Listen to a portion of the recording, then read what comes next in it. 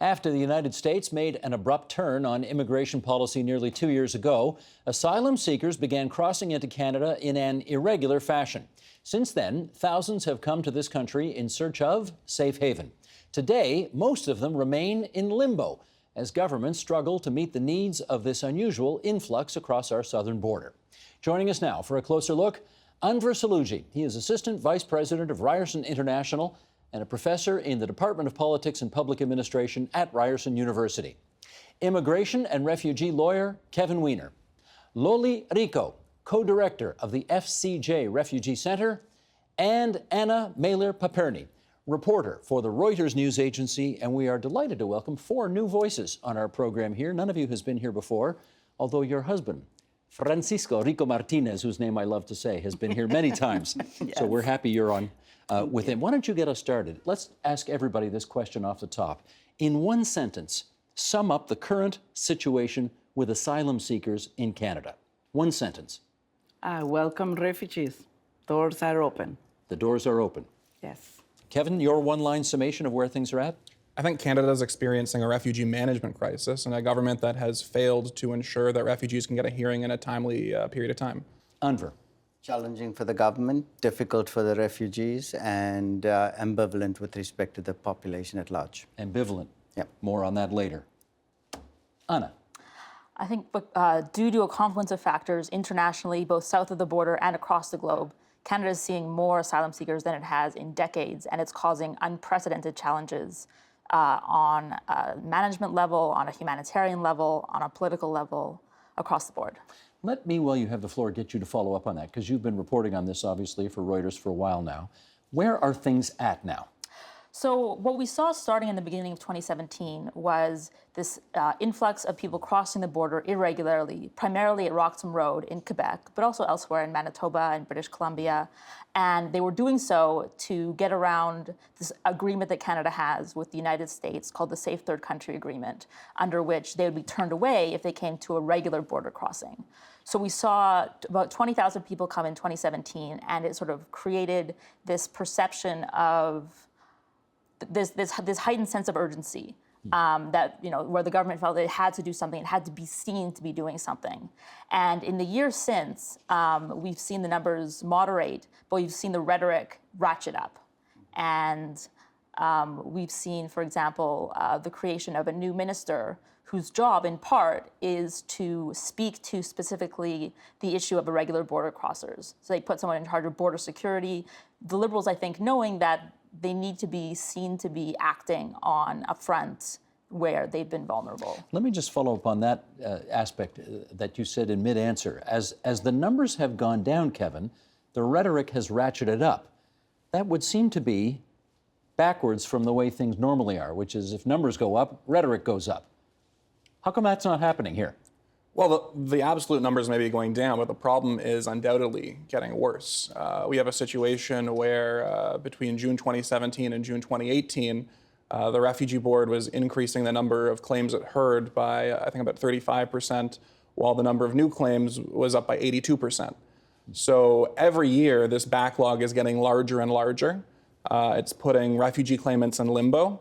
And, you hear that people who have crossed irregularly, only a couple hundred have been deported, even though eventually about 40% of claims will be unsuccessful.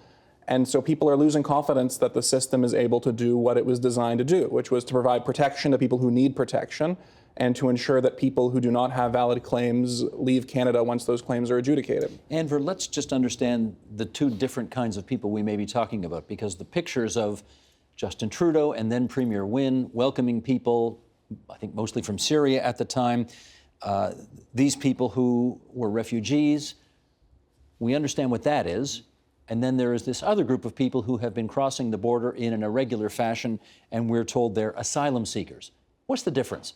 Well, everyone's an asylum seeker until they get a refugee status. So you're coming in to seek an asylum. Those who are crossing irregularly are crossing in from the United States. They're crossing irregularly at a border crossing that's not manned by a Canadian government official, which means, therefore, they're potentially contravening the law. When they arrive, they, of course, make a claim for refugee status. So it's a question of whether you come in through official channels or not. That's the difference. I think it's also important to note that everyone who's making a refugee claim, pretty much, is contravening some kind of Canadian law. Like if I come in, for example, on a student visa and I arrive at the airport and I file a refugee claim, I didn't come in with the intention of filing a refugee claim. Arguably, I'm violating the terms of that visa, but because I'm making a refugee claim and I have the right to do so under Canadian and international law, I'm allowed to have that due process. So while our focus is on these irregular border crossers, just because the images, I think, of people crossing in that manner are so striking for people,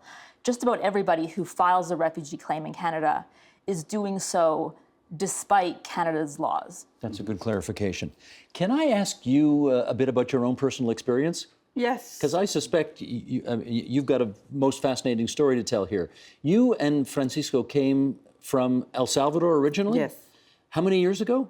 28 years ago. And came right away to Canada or through somewhere else first? No, we were moved to a second country because Francisco was removed from El Salvador in 72 hours because he was in danger, and then we joined him. And then they moved us. We was you and your two children.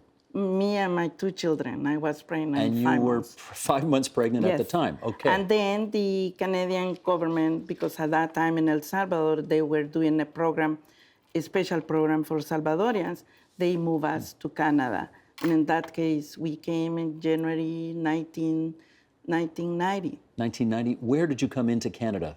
Where exactly? At the Toronto, at Pearson Airport. At Pearson Airport. Yes. So no irregular crossing for you. You came in Nothing. through official We channels. came in through the official channel. And how long before you had your claims adjudicated and you were official? It was very fast because we came with a ministerial permit and all the processing was happening here in Canada. What this is normal happening when it's an urgent protection program. Now, this is nearly 3 decades ago that you came. Yes. How much is different? How much is the same in the way it happens now? It is different because we are talking right now about refugee claimants. And when I came, that's why we started the FCJ Refugee Center, because we saw the big difference between when you come as a resettled refugee than when you come and make a refugee claim. The services are different. We came to a reception center. We went directly to English classes. We had all to have a work permit, everything. With the refugee claiming, it's more challenging. And it's because they have to go through the refugee process, and at the same time, they have to find a place to live because there is no place for them. Then they have to apply for social assistance because they cannot apply for a work permit until they submit all their papers, the refugee claim, at the Immigration and Refugee Board. Which takes how long? Takes like, if you make a refugee claim in Canada, could take like a month and a half. The idea is that in 15 days, when you arrive, you need to submit the basis of the claim. But because it's in Canada, the process is longer because people is claiming inside Canada.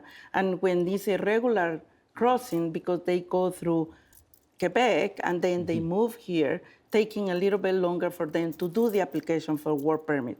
Then the work permit takes 6 weeks to receive the piece of paper where you can start working. Understood. And that's the challenge. And just to finish the story, you said you were 5 months pregnant when you came across. Yes. So and that child was born in Canada, I presume? Yes, he's a Canadian. And he's a Canadian. Are Yeah. you all Canadians now? Yes. You're all Canadian citizens now? Yes, Okay. better. You, Anna, I think it was you who mentioned Roxham Road. We're going to take a little peek at this because this turned out to be one of the most sort of noteworthy irregular crossing spots in the whole country. I guess, well, let's run it. Okay, Sheldon, let's see what happens here. This is not illegal port of entry. This is an illegal point. This is not a way to come in. Yes, we know. Okay. Okay, they all say they know. This is on the American side. I think it's Plattsburgh, New York, obviously in upstate New York, and then moving across into the province of Quebec. And I guess for a time, Quebec was certainly feeling relative to other provinces, Anna, somewhat put upon in as much as this became a popular spot to go across. And the government of Quebec felt it didn't have the resources to deal with that. Is that right? Very much so. Yeah, you had tens of thousands of people crossing over sort of an 18-month period, and initially, at least, Quebec felt as though it didn't have the resources, didn't have the settlement resources. A lot of them were going initially to Montreal, where they were finding housing there. It was in the first wave, we saw a lot of Haitian asylum seekers who, most of them spoke French. Montreal has a really strong and vibrant Haitian community, so there was, to a degree, a support system there. Later waves spoke primarily English. We've more recently seen a much larger influx of Nigerian asylum seekers who primarily don't speak French. So there have been a lot of challenges in terms of integration, in terms of getting people jobs. I got a chart for this. We got charts for everything here. All right. Sheldon, you want to bring this chart up? This top of page 4. There we go. Irregular asylum seekers, that's what we're talking about, to Canada. And you can see it from January 2017. It's a fairly flat line. And then in the summertime, boom, there's that spike that Anna was just referring to. And it's come back down. And, again, a little spike in April of 2018, earlier this year, but then down again. And as you look at these numbers, is there anything particularly, outrageous as far as you're concerned with these numbers? I don't think anything's particularly outrageous. I think what's outrageous is the reaction of the broader public in terms of their perception of the numbers coming in. Their perception of the numbers coming in doesn't coincide with the actual numbers coming in. We got a chart for that too. You do I say, indeed. we got I'm charts sure for you do. everything. Okay, Sheldon, you ready for the next one? Let's bring this chart up here. It's bottom page 4. Right. Now, just look at the middle one first. Total asylum seekers, including irregular, it's 50,000. And you can see to the left of that, it's less than half that are irregular border crossers. But if we look at total new immigrants, it's it's 272 plus thousand. It's, more than 5 times higher than the number of asylum seekers here. So, obvious question, are we getting excited for not much here? Yes, and I think we're spinning the pot too much, because what is happening is that I remember in the 90s, at the end of the 90s, before the implementation of the Safe Third Country Agreement, we had numbers like that. Mm-hmm. We have higher numbers. The differences I see is that because they implement the Safe Third Country Agreement and they did changes in 2012 where they put in more exceptions for the Safe Third Country Agreement, okay, hang on. they couldn't cross. Safe Third Country Agreement you've mentioned a few times, and I wish we had a lawyer at this table who could explain what that actually means. Oh, wait a second, we do. Yes. Kevin, go. What is that? So the Safe Third Country Agreement was an agreement negotiated in the early 2000s between Canada and the United States. And the idea is it was to discourage asylum shopping and to equitably share the costs and burdens of integrating asylum seekers between the United States and Canada. Just the U.S. is 10 times larger than us, and they should do their fair share of bringing in asylum seekers. And so what it says is, because we both consider each other safe countries to make an asylum claim, the first of the 2 countries you enter into is where you're obligated to make your claim. And the way that's enforced is at our land ports of entry. If you go from one country to the other and try and make an asylum claim, they'll turn you back unless you fall into an exception. Now, the thing was, at the time, the Bush administration was wary of taking people back in unless they were sure they had come from the United States. Is this Bush the father or son? The son, George W. Bush. Okay. And so part of the agreement is it only applies to those land border crossings where the Americans could be sure that the people had come from America in the first place. And so what we've seen now is people have discovered they can get around it by crossing at a place that isn't a port of entry and making an inland claim. Is under the agreement, those people can't be returned to the United States. So the only options are to send them to a country where they may be persecuted or to let them stay in Canada. Can you give us a comparison of pre-Trump versus post-Trump in terms of the traffic flow? I mean, today it feels very much like it's overwhelmingly U.S. to Canada. Before that, was it more even? In terms of irregular crossings? Yeah. Well, there were very few irregular crossings before the last couple of years. It was in the hundreds. It was vanishingly few. And in fact, at the time, the RCMP, or Canada Border Services Agency, didn't break out who of the irregular crossers was making an asylum claim and who was just, young teenagers pranking each other in the middle of the night crossing the border. That was a thing? Apparently, it was a thing. Or the occasional person swim across the Detroit-Windsor border. Yeah. So there were so few of them, like in the hundreds over the course of a year, if that they didn't really make a ripple on the public consciousness. Should we do more charts here? I think you made these charts for us. I might have. So I might have. She said, here's asylum seekers by country of origin, overwhelmingly Nigeria, Haiti, and then it really drops off after that. Turkey, Eritrea, Colombia, Syria, USA even, Yemen, Pakistan, Sudan. And then I think we got another chart. You want to go to the second one? Border crosser, this is acceptance rates. Acceptance rates. Go to the long lines first. Turkey, almost 100% acceptance. Eritrea, very close to 90%. A couple of more down. Syria, again, more than 8 and 10. Yemen, more than 9 and 10. And then look at Haiti. Why, maybe you can, Anna, explain to us why the acceptance rate in Haiti is so low, U.S. is so low, Pakistan is so low compared to all the other ones. So Haiti is a couple of primary reasons. For one thing, I mean, we're seeing really, really interesting migration patterns there. We've seen a lot of people who left after the 2010 earthquake. You know, you saw the 6.0 earthquake that basically devastated much of the country, left its infrastructure in shambles. You saw a lot of people go to Brazil, where many of them still have status. So if you still have status in a country that's considered safe, Canada will send you back to that country. So if you have a work permit in Brazil, if you have the equivalent of a Canadian permanent resident status, Canada won't grant you refugee status here. It's also possible that even if their life back in Haiti is hard, it could be in a shambles, having your life in a shambles or facing extreme poverty or penury doesn't necessarily make you a refugee under Canada's standards. So what we've been hearing is that even if these people are fleeing very difficult things, they predominantly tend not to be looking at persecution as Canada defines it. I see. So those are the two primary reasons. Either you have status already in a country like Brazil, or your claim just doesn't meet Canada's fairly high bar. Loli, can I find out from you tell us what authorities, either local, provincial, or federal, are doing for these asylum seekers once they come here and become our responsibility? Well, one of the things is that federally, the only responsibility that they are taking is right now is to pay for the hotels for refugee claimants, but they don't have access to services like a settlement services. Refugee claimant, they don't have access.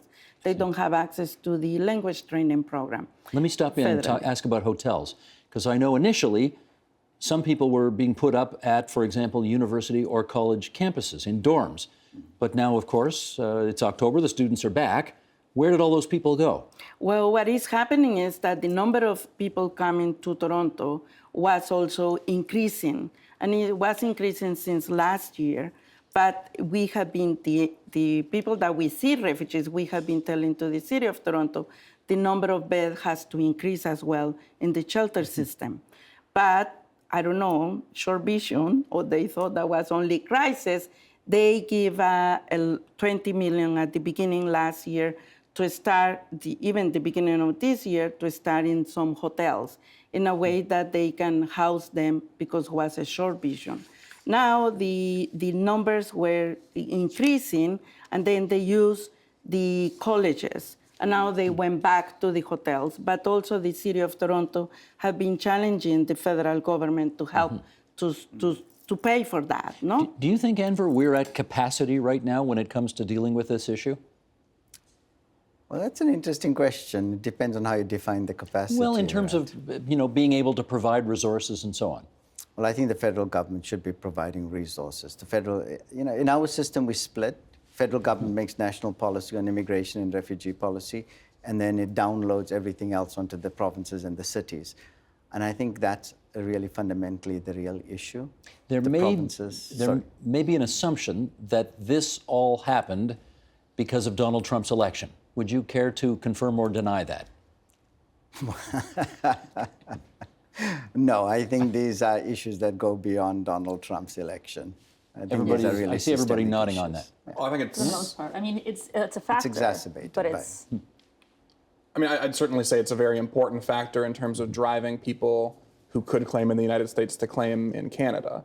But I mean, the U.S. itself is also having a huge surge in asylum claims. I think they're up to, combined between the immigration courts and the Department of Homeland Security, they have about 1 million pending asylum claims, which, if a fraction of that number came to Canada, would certainly overwhelm our system. So it plays an important role. And personally, I expect as long as Donald Trump remains the president, A, we're not likely to see an expansion of the Safe Third Country Agreement, and B, I think we're going to continue to see this pressure of people who either have made or who could make asylum claims in the United States coming to Canada.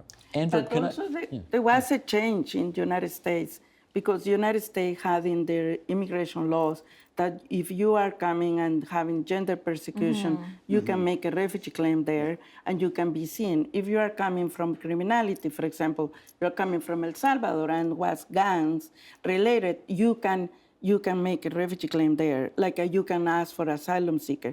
And they changed it in April of this year, that now is no more valid. Domestic violence, they are not seeing. What is the social member group that is part of the convention, they reduce it. And that's an impact that is making to Canada because we see that cases. And we have been seeing that cases from many years ago. Like also, it's not just Donald Trump problem, it's also globally. We are receiving now the wave of refugees moving to Europe, but also they don't see other places to protect, comes to Canada.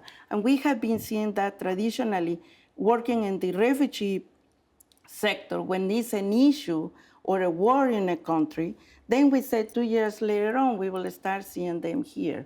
And that's Let me pick something up on that. happened. Anver, let me pick up on that in as much as I want to take you back to the picture of, as it was known around the world, the boy on the beach, Alan Kurdi. What role do you think that played in this issue?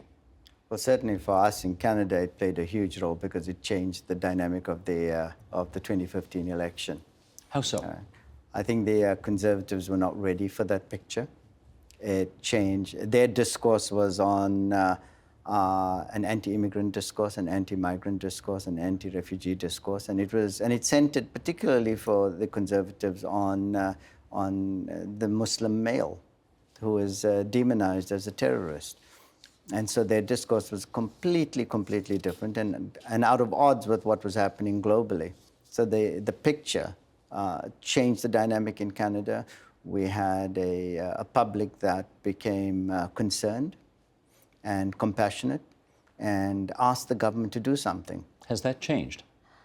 That has changed. Yeah, I think that has changed. One thing that strikes me about the Alan Kurdi image was how short-lived its impact. Yeah. Its impact was so profound and so temporal. short-lived. And I think we all sort of reverted to this idea of the migrant as criminal element. Yeah. And I think remains this persistent and pernicious perception of asylum seekers as this onslaught of humanity running amok, running to the country. You don't know who they are. They could be criminals. We have no idea. This is a myth, I take it. Yes. Yes, absolutely. Yeah, and yet it becomes so sticky.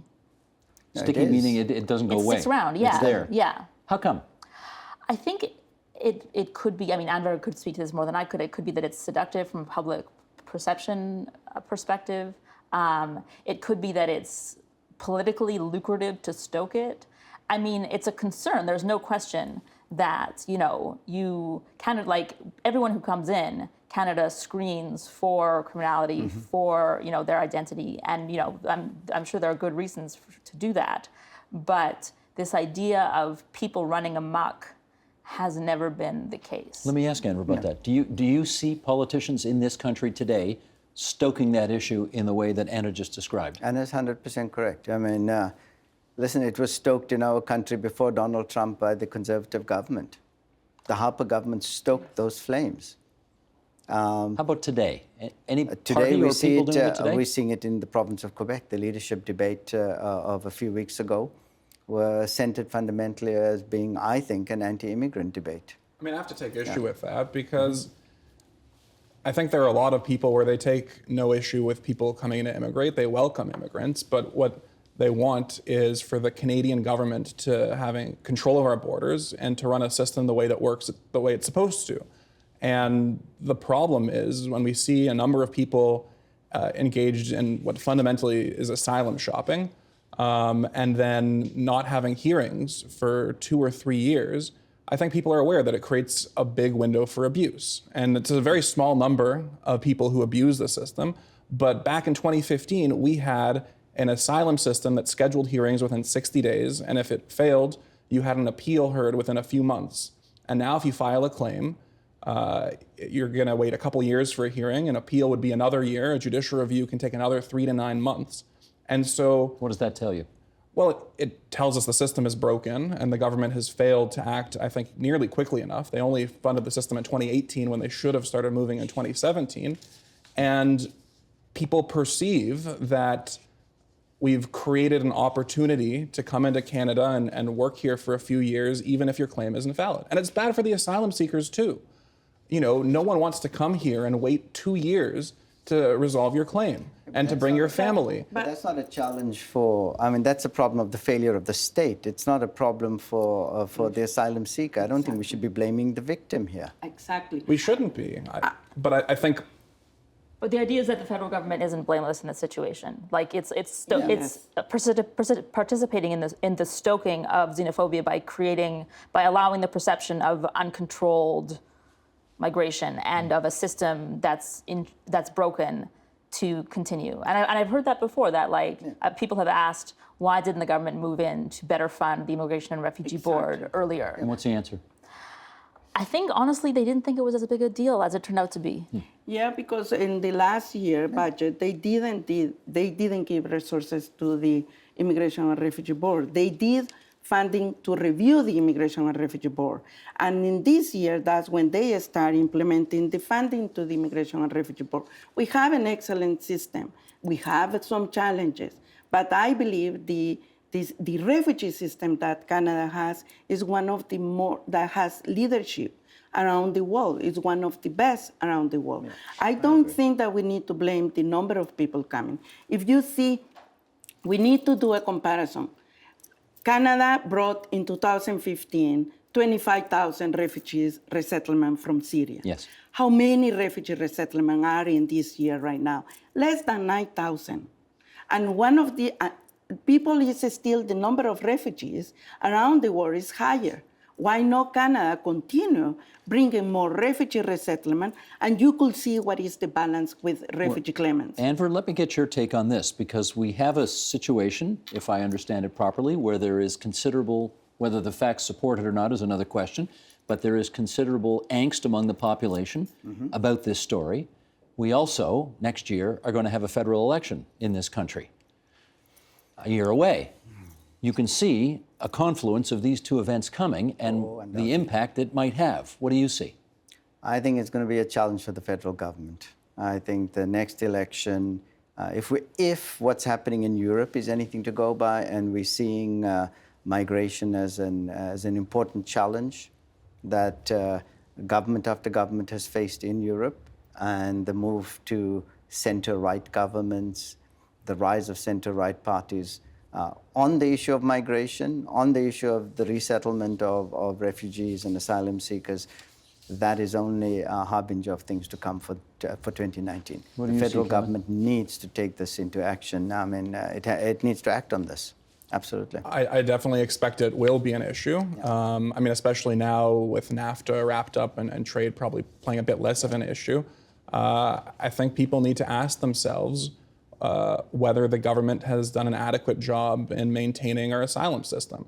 You know, I don't see this inconsistency between how people acted in 2015 and now, because in 2015 we had an asylum system that functioned, and we wanted to do more to resettle people from refugee camps in Turkey and Jordan and things like that. And now people are much more uncertain about whether our system is working for people who are already here. Did the Prime Minister exacerbate this when he put that tweet out essentially saying, the doors are open, come on in, we welcome everyone? I mean, it's impossible to know to what extent it factored. I think the combination of Canada being seen as welcoming and the U.S. seen as hostile has contributed, and we should be seen as welcoming. The issue isn't that we're welcoming refugee claimants. The issue is that we've failed, this government has failed to fund and manage the system to ensure that only genuine refugee claimants are able to stay in Canada for a long period of time after they arrive. What we have is a system where everyone who makes a claim can stay for years. And that's causing people to lose faith in this government and in our asylum system. Last couple of minutes to go. You look like you're trying to get in on that one. No, it's just, I mean, it's something that I find myself asking a lot, is like the degree to which that one Trudeau tweet played a role. And for the most part, I want to say it played a very, very small one, especially in respect, especially when you contrast it against. There's the tweet. To those fleeing persecution, terror, and war, Canadians will welcome you. Regardless of your faith, diversity is our strength. Hashtag welcome to Canada. Yeah. You don't think it sounds played much of a nice. role? I know it played some role because I've had people cite it for me, like unprompted, when I ask people why they chose to come to Canada, and they say because I was afraid, or because because I didn't think that I had a chance in the United States, because I was worried that my claim would be rejected, or I didn't want to keep waiting. I was stuck in limbo, and I saw this. I saw the Canadian Prime Minister said that Canada welcomes people. So it did play into this, what Kevin referenced, the trope of Canada being welcoming, just as the U.S. has become more hostile towards refugees. And I think that U.S. hostility, as Loli mentioned, like the fact that the U.S. no longer considers you a refugee if you're fleeing gender-based violence, that changes the U.S. refugee system profoundly. And I think it should give Canada pause when it considers whether the U.S. is analogous enough to have agreements like the Safe Third Country Agreement with. But Canada likes being seen as being the nice guy. And I think that burnishing that nice guy image, other people see it too, and they make choices based on that in part. That's got to be the last word. I'm afraid we're plumb out of time, but I want to thank 4 new voices for appearing on our program tonight. Let us thank our guests. Anne Versalugi from Ryerson University, Loli Rico from the FCJ Refugee Center, Kevin Weiner, the immigration and refugee lawyer, Anna Mailer-Paperny, reporter, Reuters. Good of all of you to join us on TVO tonight. Thanks so much. Thank you. Thank you, Steve. The Agenda with Steve Bacon is brought to you by the Chartered Professional Accountants of Ontario, helping businesses stay on the right side of change with strategic thinking, insightful decisions, and business leadership. Are you on the right side of change? Ask an Ontario CPA.